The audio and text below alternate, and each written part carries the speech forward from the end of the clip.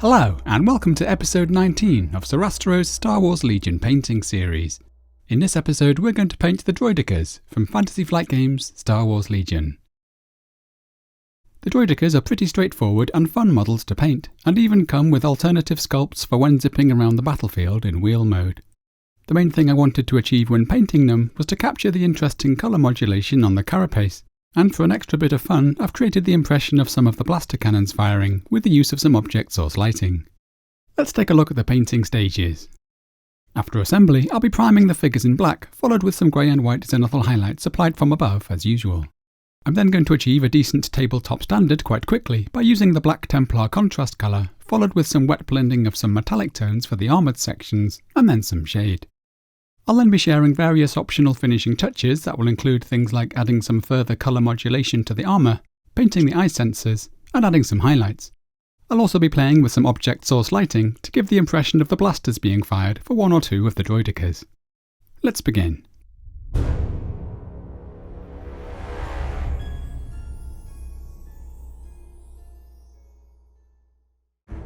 To help with the assembly of the Droidekas, I'd simply suggest following the excellent PDF guide published by Fantasy Flight Games, which you'll find a link to on the screen and in the video description. When priming the figures, I'm first spraying the underside to ensure I get good coverage of the hard-to-reach places.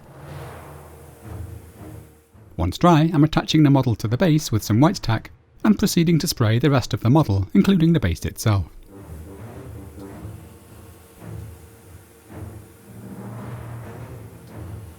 I'm now applying my grey and white zenithal highlights from above, as described in the earlier episodes.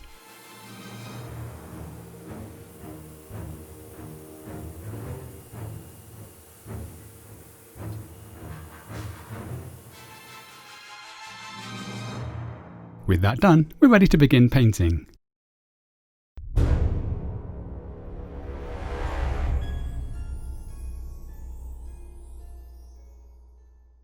I'm going to begin by painting most of the Droidekas using the black Templar contrast paint, which I'm thinning with a little contrast medium in a roughly 4:1 ratio.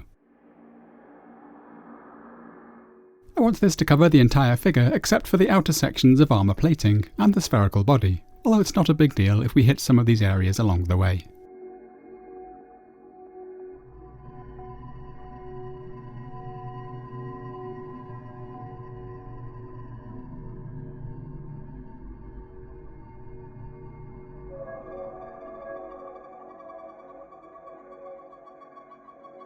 For the armour plating, I'm going to use the Scalecolor metallic paints.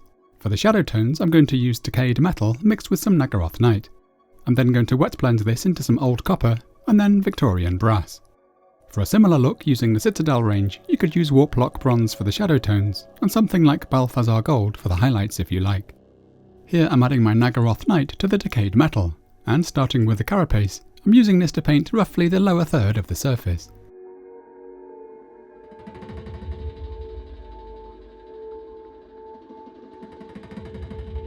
Whilst that's still wet, I'm now applying some old copper just above. I've thinned all of these paints only slightly. After giving the brush a quick clean and a wipe, I'm now loosely blending the tones to create a rough transition. An alternative approach could be to dry brush these lighter tones over the darker base colour, although that could prove tricky for the smaller areas of plating. I'm now using the Victorian Brass to paint the topmost area of the carapace, and I'm once again wet blending the tones together.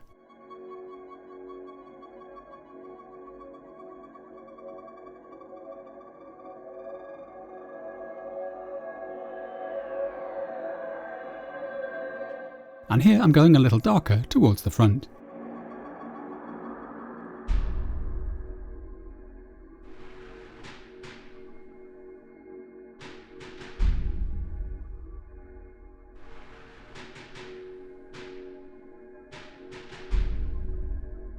Once dry, we can paint the sides with the Decayed Metal.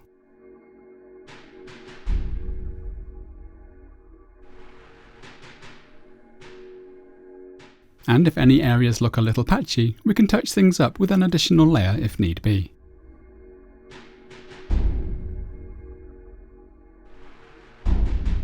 I'm now using these same tones to paint the smaller areas of armour plating.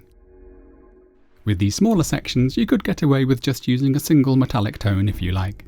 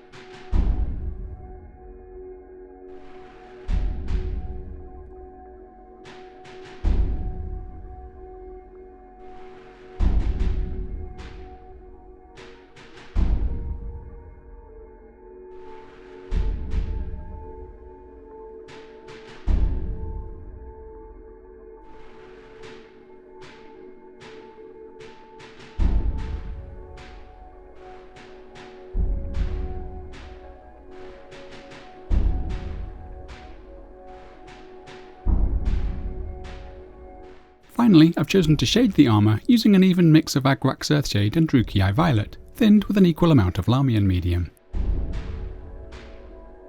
I'm doing this partly to dull down the metallic shine a little, but also to darken the panel lines and to increase the level of purple in the shadows.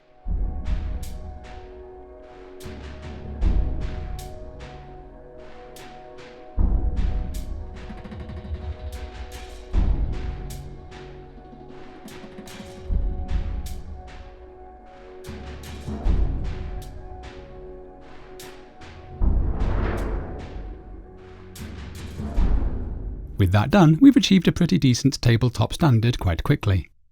Let's now take a look at some optional finishing touches. The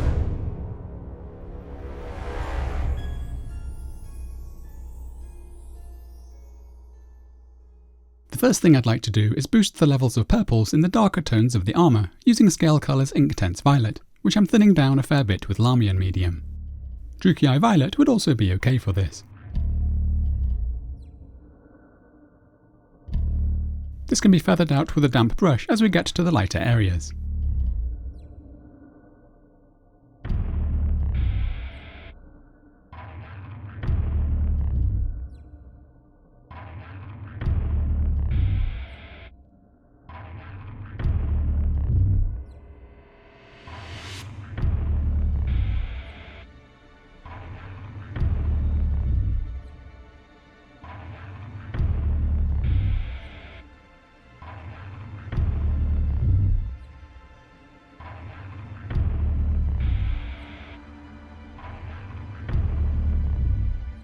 Next I've chosen to mix a light silver, in this case speed metal, into the Victorian Brass and use this to pick out some of the edges of the armour with the side of the brush tip.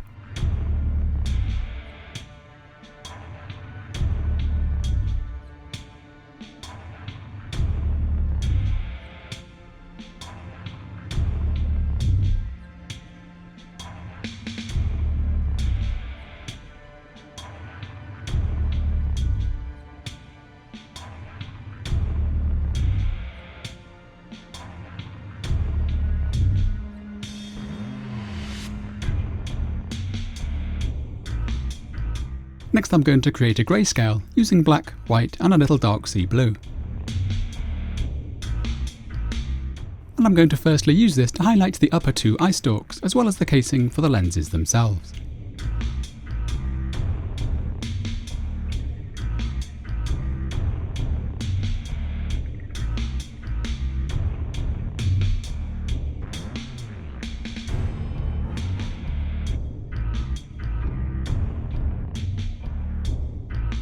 I'm now going quite bright and applying the highlights using a few small lines to create a metallic looking finish.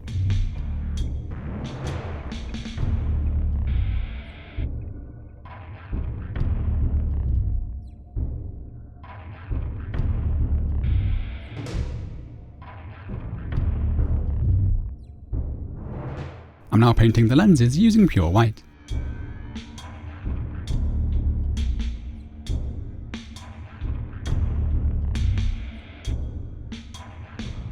Which I'm now going to paint over using a mix of Vallejo's Fluorescent Orange and Magenta. Because this is somewhat translucent, we may need to apply it in a couple of layers.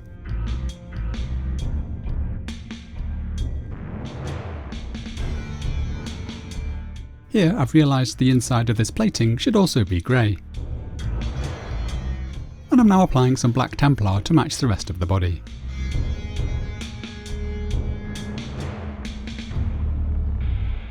I'm now returning to my grayscale, and I'm providing some highlights to the dark grey metalwork.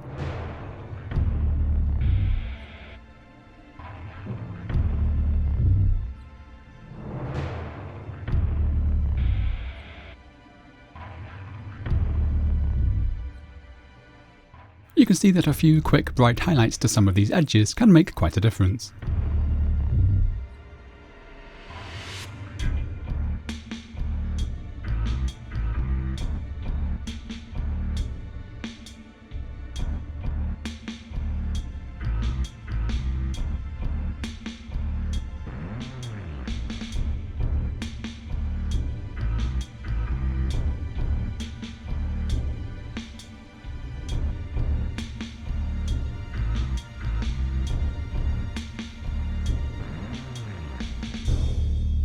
With that done, I've chosen to create the impression of the right twin blaster cannon firing for one of my Droidekas, by firstly building up the grayscale highlights for the areas that look like they'd be hit by light coming from the blast.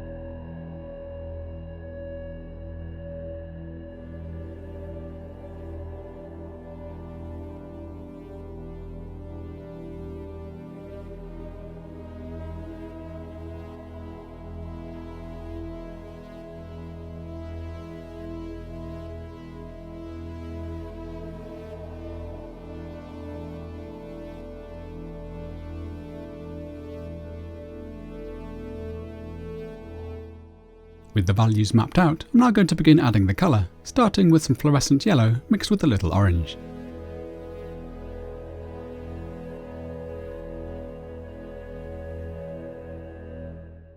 I'm now adding more orange as we move further from the tips of the blaster cannon.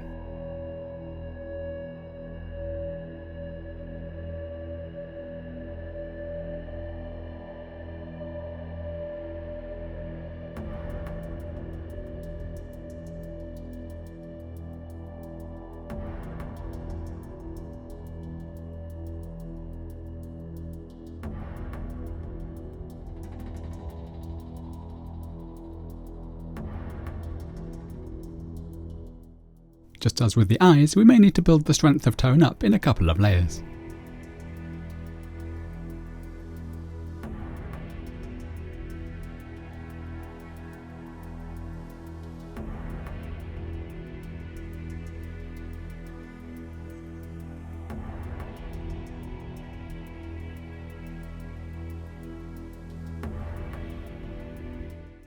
I'm now pushing the saturation with some quite concentrated Fluorescent Magenta and Orange.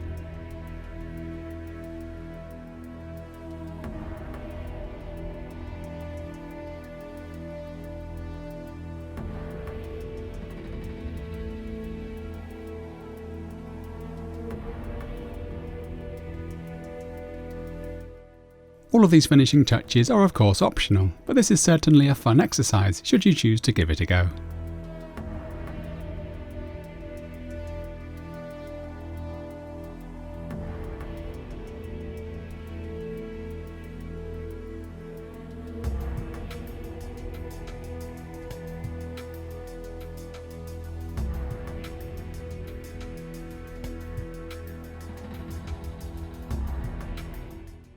Finally, I'm going to provide some texture for the base exactly as described in the previous episodes, and I'm firstly going to paint over the firing arcs with some XV88. I'm now applying Vallejo's Brown Earth basing paste, taking care to avoid the arcs.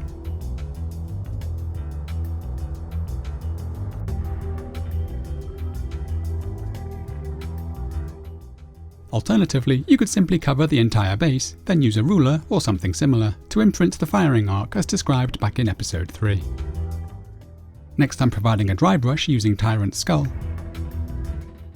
followed with my Agrax Earthshade and Fuegan Orange shade mix. And finally, a light sprinkling of Army Painter's Brown Battleground over a layer of thinned PVA.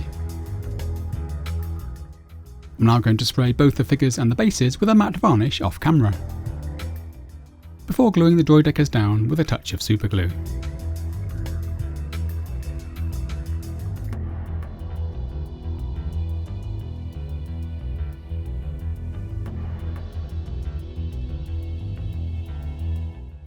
You can see that for those in wheel form, I'm getting a little creative with my angles to create a sense of motion. I'm now adding a few final highlights to the metalwork.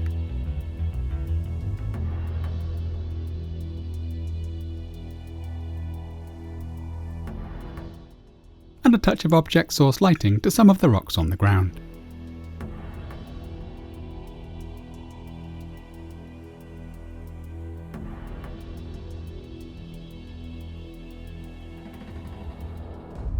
And this completes the Droidekas. Thank you so much for watching. I hope you've enjoyed the episode. Do feel free to subscribe to the channel and hit the notification icon to ensure you don't miss future episodes. Join me again soon as we continue painting the Clone Wars miniatures from Star Wars Legion. Happy painting!